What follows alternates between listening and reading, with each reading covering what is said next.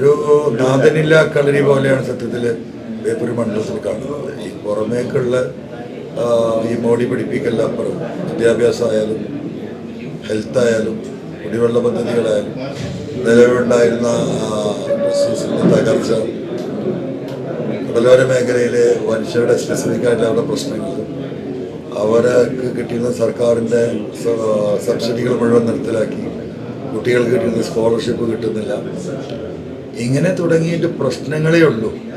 അതിൽ മിക്ക പ്രശ്നങ്ങളും ഒരു ജനപ്രതിനിധിയുടെ ഫോൺ കോൾ കൊണ്ട്, പ്രത്യേകിച്ച് മുഹമ്മദ് റിയാസിനെ പോലുള്ള ഒരു വ്യക്തി ഇത്രയും പവർഫുള്ളായി ഒരു ഫോൺ കോൾ കൊണ്ട് പരിഹരിക്കാൻ കഴിയുന്ന നിരവധിയായ വിഷയങ്ങളുണ്ടാവും. എങ്ങനെയാണ് ഇതൊന്നും അദ്ദേഹം ശ്രദ്ധിക്കാതെ പോയത് എന്നുള്ളത് നമുക്കത് ചിന്തിക്കാൻ പോലും കഴിയില്ല. ജില്ലാ പഞ്ചായത്ത് പ്രസിഡന്റ് കലക്ടറെ വിളിച്ചാൽ എനിക്കിപ്പോൾ സൗകര്യമില്ലാതെ അങ്ങോട്ട് സംസാരിക്കാൻ എന്ന് പറയുന്ന അവസ്ഥ ആരുണ്ടാക്കി? MLA വിളിച്ചാൽ സെക്രട്ടറിമാർ ഫോൺ എടുക്കുക, സ്റ്റേറ്റിലെ സെക്രട്ടറിമാർ ഫോൺ എടുക്കാതായി, മന്ത്രിമാർ വിളിച്ചാൽ ചീഫ് സെക്രട്ടറി ഫോൺ എടുക്കാതായി. ഇതിനെ ഞാൻ ചോദ്യം ചെയ്തത്. അതിന്റെ ബാക്കി പത്രമാണ് ഇപ്പൊ നമ്മൾ ഈ ചർച്ച ചെയ്യപ്പെടുന്നതെല്ലാം. അത് സ്വാഭാവികമായിട്ടും ഒരു ജനകീയമായിട്ടുള്ള ജനാധിപത്യം എന്ന് പറയുന്ന ജനങ്ങളുടെ ഒരു പഞ്ചായത്ത് മെമ്പറാണെങ്കിലും ആ നാടിന്റെ സ്പന്ദനം അദ്ദേഹമാണ്. അവിടുന്നാണ് ഈ രാജ്യം ഉണ്ടായി വരുന്നത്. അപ്പൊ ഈ രാജ്യത്തിന്റെ തുടക്കം, ഈ സംവിധാനത്തിന്റെ തുടക്കമുള്ള അവിടുത്തെ ജനകീയത പോലും അംഗീകരിക്കാത്ത ഈ അപ്രമാദിത്വം, ഈ ഉദ്യോഗസ്ഥ അപ്രമാദിത്വം, അത് പിണറായി സത്തിന്റെ മറ്റൊരു ഭാഗമാണ്. അത് വളരെ അപകടകരമാണ്. അതൊരു പരിധി വരെ ആയിരിക്കാൻ ആ നീക്കത്തെ എനിക്ക് തകർക്കാൻ എൻ്റെ നീക്കം കൊണ്ട് സാധിച്ചിട്ടുണ്ട്. അവരുടെ ഒരു കുടിയിൽ നിന്നൊരു കട്ടൻ ചായയും ഒരു ബിസ്ക്കറ്റും കിട്ടുമ്പോൾ അതൊരു വല്ലാത്ത സംഗതിയാണ്. അപ്പോൾ എന്നെ സംബന്ധിച്ച് ആ മലയോരത്ത് നടത്തിയ ഫൈറ്റിന്റെ പകുതി ഫൈറ്റ് നടത്തിയാൽ ഈ കടലോരത്തെ ജനങ്ങളുടെ വിഷയങ്ങൾ തീർക്കാൻ കഴിയുമെന്നാണ് ഞാൻ മനസ്സിലാക്കി. കടലോര ജനത ഏറ്റെടുത്ത് കഴിഞ്ഞു. തീർച്ചയായിട്ടും ഞാൻ എന്തായാലും അവർ ഏറ്റെടുത്ത് കഴിഞ്ഞു. നമ്മളവിടെ തന്നെ ഉണ്ടാവും. ഇത്രത്തോളം അടിത്തട്ടിലുള്ള പ്രശ്നങ്ങൾ പരിഹരിക്കാൻ അവരോടൊപ്പം നമ്മളുണ്ടാവും. നമസ്കാരം. കേരളത്തിലെ നിയമസഭാ തെരഞ്ഞെടുപ്പിൽ വാശിയേറിയ മത്സരം നടക്കുന്ന ചുരുക്കം ചില മണ്ഡലങ്ങളിൽ ഒന്നാണ് ബേപ്പൂർ. ബഹുമാന്യനായ മുഖ്യമന്ത്രി പിണറായി വിജയൻ മത്സരിക്കുന്ന ധർമ്മടം പോലെ ബഹുമാന്യനായ പ്രതിപക്ഷ നേതാവ് VD സതീശൻ മത്സരിക്കുന്ന വടക്കൻ പറവൂർ പോലെ അത്രത്തോളം തന്നെ പ്രാധാന്യമർഹിക്കുന്ന ഒരു മണ്ഡലമായി മാറിയിരിക്കുന്നു ബേപ്പൂർ മണ്ഡലം. മുഖ്യമന്ത്രി പിണറായി വിജയന്റെ മരുമകനും പൊതുമരാമത്ത് വകുപ്പ് മന്ത്രിയുമായ മുഹമ്മദ് റിയാസ് ആണ് ബേപ്പൂരിലെ നിലവിലെ MLA. എന്നാൽ ബേപ്പൂരിൽ നിലവിലെ MLA ആയ മുഹമ്മദ് റിയാസിനെ അവിടെ മുഹമ്മദ് റിയാസിന്റെ തട്ടത്തിൽ ചെന്ന് തോപ്പിക്കുവാൻ വേണ്ടി മുൻ നിലമ്പൂർ MLA ആയ PV അൻവർ ഇക്കുറി ബേപ്പൂരിൽ കച്ചകെട്ടി ഇറങ്ങുന്നു എന്നുള്ളത് തന്നെയാണ് ഇക്കുറി നിയമസഭാ തെരഞ്ഞെടുപ്പിൽ ബേപ്പൂർ മണ്ഡലത്തെ ഏറെ ശ്രദ്ധേയമാക്കുന്നത്. അതുകൊണ്ട് തന്നെ ബേപ്പൂരിലെ മത്സരം കനത്തതാകും എന്ന് തന്നെ രാഷ്ട്രീയ നിരീക്ഷകരും ചൂണ്ടിക്കാണിക്കുന്നു. മുഖ്യമന്ത്രിയുടെ മണ്ഡലം പോലെ പ്രതിപക്ഷ നേതാവിന്റെ മണ്ഡലം പോലെ തന്നെ വാശിയേറിയ മത്സരം തന്നെയായിരിക്കും ഇക്കുറി ബേപ്പൂരിൽ മുഹമ്മദ് റിയാസും PV അൻവറും തമ്മിൽ നടക്കുക എന്നുള്ളതാണ് മനസ്സിലാക്കാൻ കഴിയുന്നത്. LDF സ്ഥാനാർത്ഥിയായി അരിവാൾ ചുറ്റിക നക്ഷത്രത്തിൽ ബേപ്പൂരിൽ മുഹമ്മദ് റിയാസ് മത്സരത്തിനിറങ്ങുമ്പോൾ UDFന്റെ സ്ഥാനാർത്ഥിയായി PV അൻവർ തെങ്ങിൻ തോപ്പ് ചിഹ്നത്തിലാണ് മത്സരിക്കുന്നത് എന്നുള്ളത് എടുത്തു പറയേണ്ട വസ്തുതയാണ്. പിണറായിസത്തിനെതിരെയും മരുമോനിസത്തിനെതിരെയുമാണ് താൻ മത്സരിക്കുന്നത് എന്നാണ് PV അൻവർ പറയുന്നത്. ബേപ്പൂരിലെ പാവപ്പെട്ട തീരദേശ നിവാസികൾക്കും സാധുക്കളായ ജനങ്ങൾക്കും ജീവിതത്തിന്റെ അടിസ്ഥാന പ്രശ്നങ്ങൾ പരിഹരിക്കാൻ പോലും മുഹമ്മദ് റിയാസിനോ പിണറായി വിജയന്റെ 10 വർഷത്തെ ഭരണം കൊണ്ടോ സാധിച്ചിട്ടില്ല. ടൂറിസത്തിന്റെ ഭാഗമായി വലിയ വലിയ പദ്ധതികളും സീപ്ലെയിനും എല്ലാം ബേപ്പൂരിലേക്ക് കൊണ്ടുവരുന്നു എന്ന് അവകാശപ്പെടുന്ന, അല്ലെങ്കിൽ ദേശീയപാതകൾ അങ്ങോളം ഇങ്ങോളം കെട്ടി ഉയർത്തപ്പെടുന്നു എന്ന് പറയുന്ന മുഹമ്മദ് റിയാസ് ബേപ്പൂരിലെ അടിസ്ഥാന വർഗത്തിന്റെ പ്രശ്നങ്ങൾ പരിഹരിക്കുന്നതിന് വേണ്ടി, അവരുടെ അരിപ്രശ്നങ്ങൾ പരിഹരിക്കുന്നതിന് വേണ്ടി യാതൊരു തരത്തിലുള്ള വികസന പ്രവർത്തനങ്ങളും ബേപ്പൂരിൽ നടപ്പാക്കിയിട്ടില്ല എന്ന് തന്നെയാണ് PV അൻവർ തുറന്നടിക്കുന്നത്. എന്തിന് സാധാരണക്കാരായ ആളുകൾക്ക് ബേപ്പൂരിൽ മരുന്ന് വാങ്ങിക്കുവാൻ പോലുമുള്ള സൗകര്യങ്ങളില്ല. സർക്കാർ ആശുപത്രികളിൽ പ്രസവ വാർഡ് പോലുമില്ല. പ്രസവം എടുക്കാൻ നേഴ്സുമാർ വരെ ഇല്ലാത്ത അവസ്ഥയിലേക്ക് കാര്യങ്ങൾ മാറിയിരിക്കുന്നു. ആശുപത്രികളിൽ പാരസെറ്റമോൾ പോലും കിട്ടാത്ത അവസ്ഥയിലേക്ക്, അതിദരിദ്രമായ രീതിയിലേക്ക് ബേപ്പൂരിനെ മുഹമ്മദ് റിയാസ് മാറ്റിയിരിക്കുന്നു എന്നാണ് PV അൻവർ ഒരു മാധ്യമത്തിന് നൽകിയ അഭിമുഖത്തിൽ തുറന്നടിച്ചത്. പിണറായി വിജയന്റെയും മരുമകൻ മുഹമ്മദ് റിയാസിന്റെയും ഈ കെടുകാര്യസ്ഥതയ്ക്കെതിരെ, മരുമോനിസത്തിനെതിരെയും പിണറായിസത്തിനെതിരെയുമാണ് താൻ കച്ചകെട്ടി ബേപ്പൂരിൽ ഇറങ്ങിയിരിക്കുന്നത് എന്ന് പറയുമ്പോൾ ഇക്കുറി LDFിൽ നിന്നും അതായത് മുഹമ്മദ് റിയാസിൽ നിന്നും ബേപ്പൂർ മണ്ഡലം പിടിച്ച് UDF-ന് താൻ കൊടുത്തിരിക്കും എന്ന് തന്നെയാണ് PV അൻവർ വ്യക്തമാക്കിയത്. അടുത്ത കാലത്താണ് PV അൻവർ ഇടതുപക്ഷ ക്യാമ്പിന് തീയിട്ടുകൊണ്ട് പിണറായി വിജയന്റെ ശിരസിൽ കൂടത്തിന് ആഞ്ഞടിച്ചുകൊണ്ട് ഇടതുപക്ഷ ജനാധിപത്യ മുന്നണി വിട്ട് പുറത്തു വന്നതും അങ്ങനെയാണ് നിലമ്പൂരിലെ MLA സ്ഥാനം രാജിവെക്കുന്നതും അവിടെ ഉപതെരഞ്ഞെടുപ്പ് നടക്കുന്നതും. ആ ഉപതെരഞ്ഞെടുപ്പിൽ സ്വതന്ത്ര സ്ഥാനാർത്ഥിയായി മത്സരിച്ചപ്പോഴും 20,000-ൽ പരം വോട്ടുകൾ PV അൻവറിന് സ്വാംശീകരിക്കാൻ സാധിച്ചു എന്നുള്ളത് തന്നെ PV അൻവറിനുള്ള ജനങ്ങളുടെ പിന്തുണയാണ് വ്യക്തമാക്കുന്നത്. നിലമ്പൂരിനോട് തൊട്ടടുത്ത് കിടക്കുന്ന അല്ലെങ്കിൽ സമീപ പ്രദേശമായ ബേപ്പൂരിലും PV അൻവറിന് കൃത്യമായി തന്നെ പേരുകളുണ്ട്. കഴിഞ്ഞ 5-6 മാസക്കാലമായി ബേപ്പൂർ കേന്ദ്രീകരിച്ച് തന്നെയായിരുന്നു PV അൻവറിന്റെ പ്രവർത്തനം. എന്തായാലും ബേപ്പൂരിലെ സാധാരണക്കാരായ ആളുകൾ താനുമായി സംവദിച്ചപ്പോൾ തനിക്ക് മനസ്സിലായ കാരണം 1,00,000-ലധികം ആളുകളുമായി താൻ ഇതിനോടകം തന്നെ നേരിട്ട് ഇടപെട്ടിട്ടുണ്ട്. അവരുടെ സാധാരണക്കാരുടെ പ്രശ്നങ്ങൾ താൻ മനസ്സിലാക്കാൻ ശ്രമിച്ചിട്ടുണ്ട്. മുഹമ്മദ് റിയാസിന്റെ പിണറായിയുടെ മരുമോനിസവും പിണറായിസവും അവസാനിപ്പിക്കുന്നതിന് വേണ്ടി ബേപ്പൂരിൽ പുതിയൊരു മാറ്റം ജനങ്ങളും ആഗ്രഹിക്കുന്നു. ഇക്കുറി ബേപ്പൂർ UDF-നൊപ്പം തന്നെ നിൽക്കും എന്ന് തന്നെയാണ് PV അൻവർ തുറന്നു പറഞ്ഞത്. ഒരു മാധ്യമത്തിന് നൽകിയ അഭിമുഖത്തിലാണ് PV അൻവർ ഇത്തരം കാര്യങ്ങൾ വ്യക്തമാക്കിയത്. ഉദ്യോഗസ്ഥ ഭരണ പ്രബുദ്ധതയാണ് നിലനിൽക്കുന്നത്. ഒരു പഞ്ചായത്ത് മെമ്പർ വിളിച്ചാലോ അല്ല എന്നുണ്ടെങ്കിൽ MLA വിളിച്ചാലോ മന്ത്രി തന്നെ വിളിച്ചാലോ ചീഫ് സെക്രട്ടറി അടക്കമുള്ള ഉദ്യോഗസ്ഥർ ഫോൺ എടുക്കാത്ത അവസ്ഥ.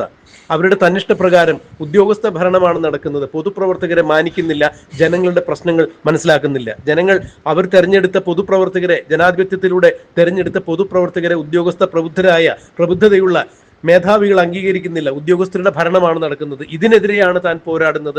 പിണറായിസത്തിനെതിരെ, മരുമോനിസത്തിനെതിരെ പോരാടുന്ന PV അൻവർ തീർച്ചയായും ബേപ്പൂരിൽ താൻ വികസനം കൊണ്ടുവരും എന്ന് തന്നെയാണ് പറയുന്നത്.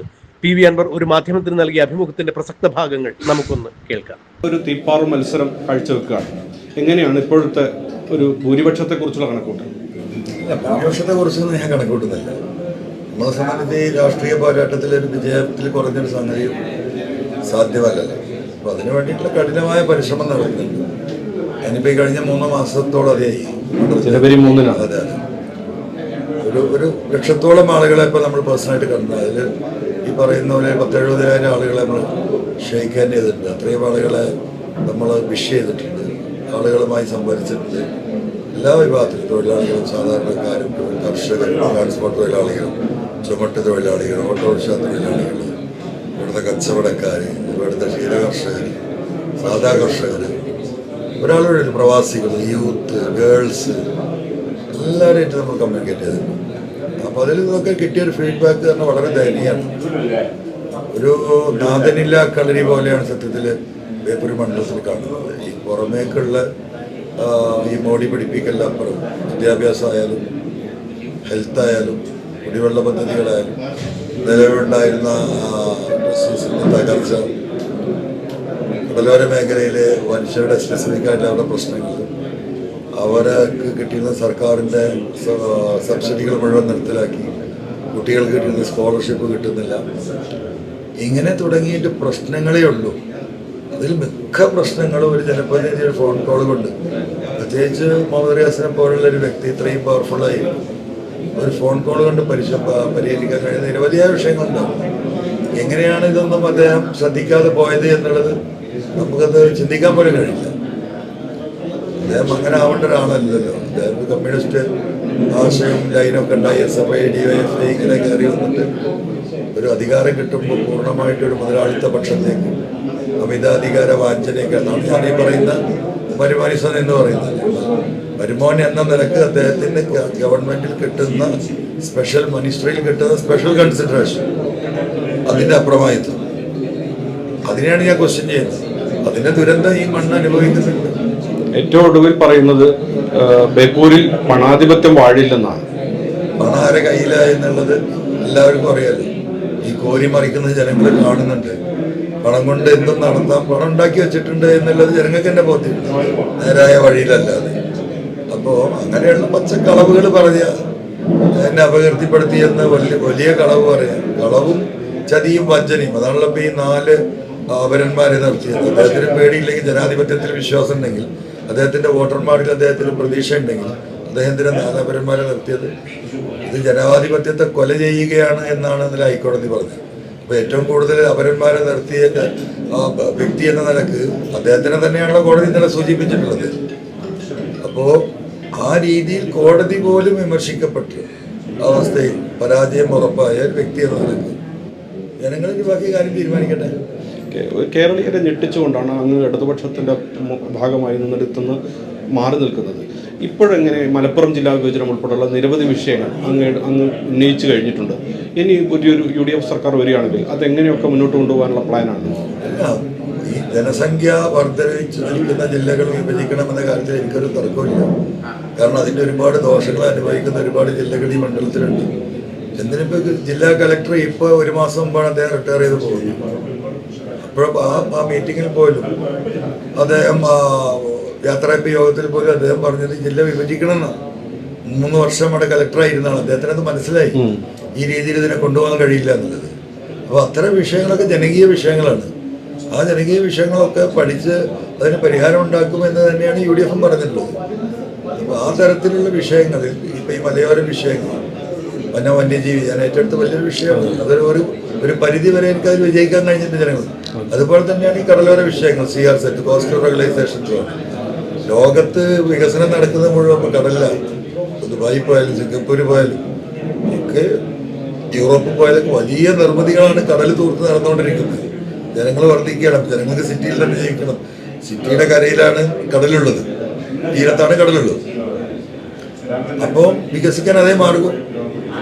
നമ്മളെ തൊട്ടടുത്ത ശ്രീലങ്ക പട്ടണിപ്പാവങ്ങൾ അവിടെയും വലിയ രീതിയിൽ കടൽ തൂർത്തപ്പോൾ ചൈനീസ് ഒരു കമ്പനി ഒരു 1000-1500 ഏക്കർ കടൽ തൂർത്തിട്ട് അവിടെ കെട്ടിടം നിർമ്മിക്കാം. അത് നമ്മുടെ കൺമുമ്പിൽ ഉണ്ടായിരിക്കുമ്പോഴാണ് കോസ്റ്റൽ റെഗുലൈസേഷൻ സോൺ എന്ന് പറഞ്ഞ് മനുഷ്യരെ കൊടുക്കാൻ, പാവങ്ങളെ കൊടുക്കാൻ വലിയ പദ്ധതിക്ക് കോസ്റ്റൽ സോൺ നിയമങ്ങൾ ഇവിടെ ബാധകമാക്കുന്നില്ല. ഈ 2 സെന്റ് 5 സെന്റ് ഉള്ളവരുടെ ജീവിതം ഈ പറയുന്ന പ്രതിസന്ധിയിലാക്കാൻ CRZ നിയമങ്ങൾ കൊണ്ടുവന്ന് കടലോര മേഖലയിൽ ജീവിക്കുന്ന സാധാരണ മനുഷ്യരെ അവിടെ ഇവാക്യുവേറ്റ് ചെയ്യണം. അവർക്ക് നിർബന്ധിത സാഹചര്യത്തിൽ അവിടെ വിട്ടുപോകാനുള്ള കരുക്കളായിട്ട് നിയമങ്ങൾ ഉണ്ടാക്കുക. അതിനെ നമ്മൾ ക്വസ്റ്റ്യൻ ചെയ്യും. തർക്കമില്ല, ഇടപെട്ട് നമ്മളല്ല. ഈ 1ാം പിണറായി സർക്കാരിൽ നിന്നും 2ാം പിണറായി സർക്കാരിനുണ്ടായ വീഴ്ചകൾ എന്തൊക്കെയാണ്? പക്ഷേ DGP MR അജിത് കുമാർ ഉൾപ്പെടെ ആവർത്തിച്ച് പറഞ്ഞ കാര്യങ്ങളാണല്ലോ. അതായത് ഒരു ജനായത്ത ഭരണം പൂർണ്ണമായിട്ട് ഉദ്യോഗസ്ഥ ഭരണം യഥാർത്ഥത്തിലേക്ക് പോയി. ഞാൻ എതിർത്ത് തുടങ്ങുന്ന അവിടെയാണ്. പഞ്ചായത്ത് പ്രസിഡന്റ് വില്ലേജ് ഓഫീസറെ വിളിച്ചാൽ താൻ ആരോടോ എന്നെ വിളിക്കാൻ എന്ന് ചോദിക്കുന്ന വില്ലേജ് ഓഫീസർമാരുടെ അമിത അധികാരം എവിടെ കിട്ടിയിട്ടുണ്ട്. ജില്ലാ പഞ്ചായത്ത് പ്രസിഡന്റ് കലക്ടറെ വിളിച്ചാൽ എനിക്കിപ്പോൾ സൗകര്യമില്ലാതെ അങ്ങോട്ട് സംസാരിക്കാൻ എന്ന് പറയുന്ന അവസ്ഥ ആരുണ്ടാക്കി?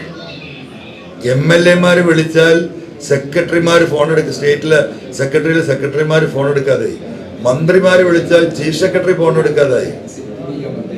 ഇതിനെ ഞാൻ ചോദ്യം ചെയ്തത്. അതിന്റെ ബാക്കി പത്രമാണ് ഇപ്പൊ നമ്മൾ ഈ ചർച്ച ചെയ്യപ്പെടുന്നതെല്ലാം. അത് സ്വാഭാവികമായിട്ടും ഒരു ജനകീയമായിട്ടുള്ള ജനാധിപത്യം എന്ന് പറയുന്ന ജനങ്ങളുടെ ഒരു പഞ്ചായത്ത് മെമ്പറാണെങ്കിലും ആ നാടിന്റെ സ്പന്ദനം അദ്ദേഹമാണ്. അവിടെ നിന്നാണ് ഈ രാജ്യം ഉണ്ടായി വരുന്നത്. അപ്പൊ ഈ രാജ്യത്തിന്റെ തുടക്കം, ഈ സംവിധാനത്തിന്റെ തുടക്കമുള്ള അവിടുത്തെ ജനകീയത പോലും അംഗീകരിക്കാത്ത ഈ അപ്രമാദിത്വം, ഈ ഉദ്യോഗസ്ഥ അപ്രമാദിത്വം, അത് പിണറായിസത്തിന്റെ മറ്റൊരു ഭാഗമാണ്.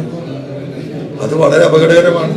അതൊരു പരിധി വരെ ആയിരിക്കാൻ ആ നീക്കത്തെ എനിക്ക് തകർക്കാൻ എൻ്റെ നീക്കം കൊണ്ട് സാധിച്ചിട്ടുണ്ട്. നിലമ്പൂർ വിട്ട് ബേപ്പൂരിലേക്ക് വരുമ്പോൾ എന്തെങ്കിലും തരത്തിൽ പ്രയാസം തോന്നും? ഒന്നുമില്ല, വളരെ നല്ല മനുഷ്യർ, വളരെ നല്ല മനുഷ്യർ, പച്ചപ്പാവങ്ങൾ.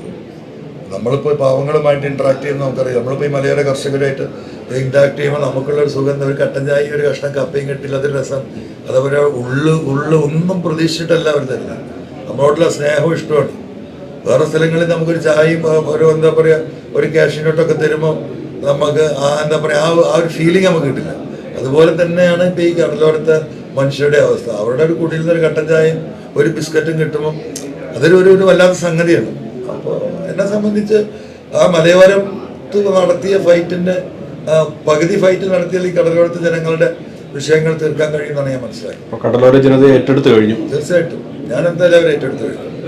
നമ്മളവിടെ തന്നെ ഉണ്ടാവും. ഇത്രത്തോളം അടിത്തട്ടിലുള്ള പ്രശ്നങ്ങൾ പരിഹരിക്കാൻ അവരോടൊപ്പം നമ്മളുണ്ടാവും.